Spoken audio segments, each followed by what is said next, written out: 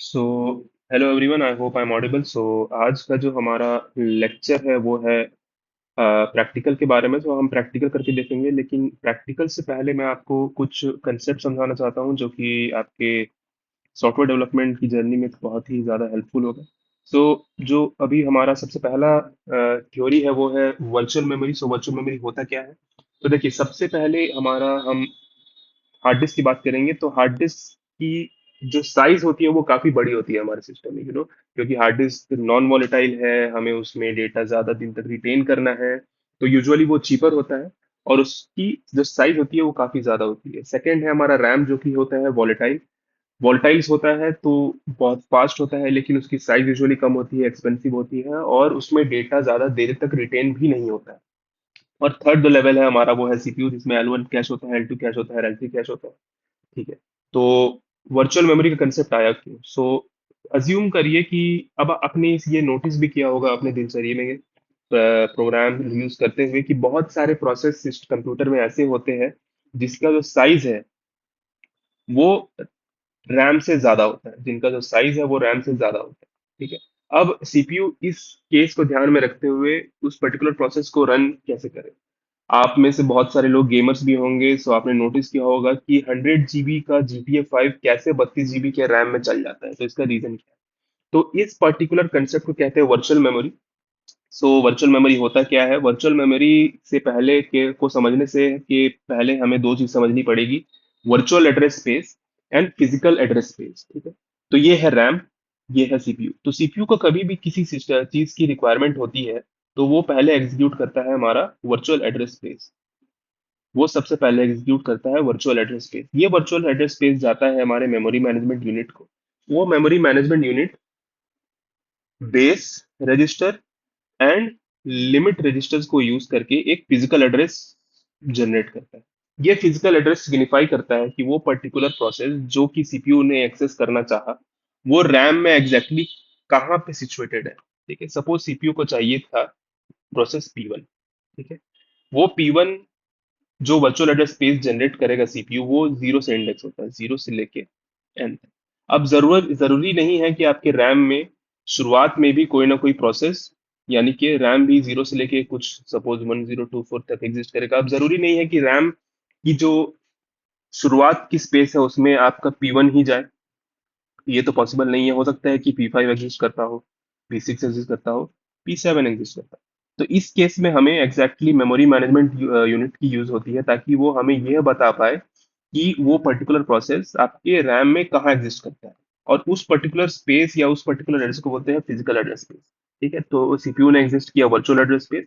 Virtual address space दिया memory management unit को। Memory management unit ने बेस एंड लिमिट रजिस्टर का use करके एक फिजिकल एड्रेस जनरेट किया, और वो फिजिकल एड्रेस हम आपके रैम में वो पर्टिकुलर प्रोसेस कहाँ एग्जिस्ट करेगा वो बताते हैं।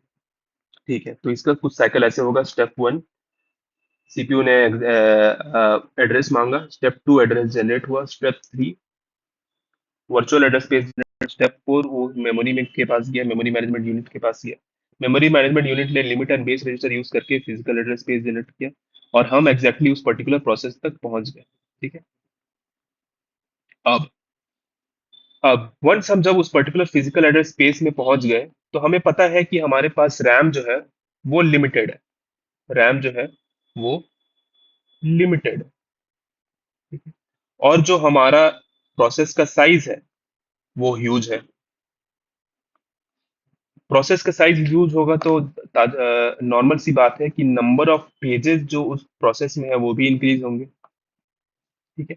तो सपोज करिए करेंटली हमारा प्रोसेस जो कि 30 या फिर जो कि 100 GB का था, जो कि 100 GB का था, उसमें 100 पेजेस है, और करेंटली हमारे रैम में सिर्फ 20 पेजेस खाली है। तो अब सीपीयू इस पर्टिकुलर चीज को कैसे टैकल करे? तो सीपीयू ने एक पर्टिकुलर कंसेप्ट इजाद किया, यानी कि ऑपरेटिंग सिस्टम में हम एक कंसेप्ट का यूज करते हैं। उस कंसेप्ट को कहते हैं वर्चुअल एड्रेस, वर्चुअल मेमोरी। तो वर्चुअल मेमोरी क्या है? तो वर्चुअल मेमोरी एसेंशियली एक ट्रिक है जिसमें ऑपरेटिंग सिस्टम डेटा के साइज जो कि बहुत बड़ा है उसको ऐसा परसीव करवाती है कि रैम काफी ज्यादा है। ठीक है। रैम काफी ज्यादा है मतलब जब भी आप सीपीयू कुछ प्रोसेस को मांगेगा, मेमोरी मैनेजमेंट यूनिट उसे कन्वर्ट करेगी फिजिकल एड्रेस स्पेस में। अगर वो पर्टिकुलर एड्रेस उसे मिल गया फिजिकल एड्रेस स्पेस में, तब तो वो सीपीयू को वो पेज लौटा देगी, या फिर नहीं तो वो इंस्ट्रक्शन फेच करके दे देगी।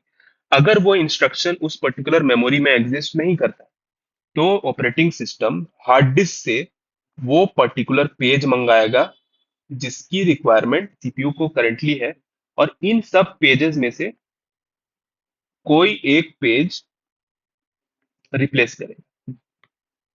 ठीक है, पेज रिप्लेस करेगा। ठीक है, ये पेज रिप्लेस होगा। इस पेज को रिप्लेस करने के लिए कुछ एल्गोरिदम्स की यूज होती है, कि हमारे जो नेक्स्ट पेज है जिसे सीपीयू की रिक्वायरमेंट है, उस पेज को अगर हमें मेमोरी में लाना है, तो हमें एग्जैक्टली exactly कौन सा पेज रिप्लेस करना है आउट ऑफ एग्जिस्टिंग पेजेस उस पर्टिकुलर प्रोसेस के जो कि मेमोरी में रिसाइड कर रही है। तो इसके लिए कुछ एल्गोरिदम्स यूज होते हैं, जैसे कि least recently use, most recently use, etcetera. ठीक है, तो आपने यूजुअली गौर किया होगा कि लीड कोड में एक काफी फेमस क्वेश्चन है लीस्ट रिसेंटली यूज का। ये क्वेश्चन एसेंशियली इस पर्टिकुलर प्रॉब्लम से ही आया था। तो ऑल्दो ये एल्गोरिदम तो काफी पहले से एग्जिस्ट करती थी, लेकिन लीड कोड में यूजुअली जितने भी प्रॉब्लम्स एग्जिस्ट करते हैं, वो प्रॉब्लम कभी ना कभी किसी न किसी इंडस्ट्री में अराइज हुए थे, किसी टीम ने उसे सॉल्व किया था, और वो प्रॉब्लम अभी इंडिपेंडेंटली एग्जिस्ट करती है लीड कोड। ठीक है, तो लिस्ट रिसेंटली यूज, कभी भी आज कोई लीड कोड क्वेश्चन पढ़े तो उसके बैकग्राउंड जरूर पढ़े, कि वो क्वेश्चन एग्जैक्टली आया कहाँ से था, और फिर हमारे कंप्यूटर साइंस में एग्जैक्टली कहाँ अराइज हुआ था। जब आपको ये पता होगा तो आपके कंप्यूटर में इंटरेस्ट बढ़ेगा। ठीक है, तो हमने पढ़ लिया कि वर्चुअल एड्रेस स्पेस होता क्या है। वर्चुअल एड्रेस स्पेस का एक काफी छोटा सा पार्ट होता है डिमांड पेजिंग। डिमांड पेजिंग क्या होता है, इस पर्टिकुलर फेज को कहते हैं डिमांड पेजिंग। ठीक है, डिमांड पेजिंग क्या है, कि किसी पेज को तभी लाया जाए मेमोरी में जब उसकी एक्चुअली रिक्वायरमेंट है। ठीक है, तो ये तो हो गया हमारा थ्योरेटिकल पार्ट। अब इसके बाद हम पढ़ेंगे कि अब इसके बाद हम देखेंगे कुछ प्रैक्टिकल्स जो कि सीपीयू रिलेटेड है, तो वो प्रैक्टिकल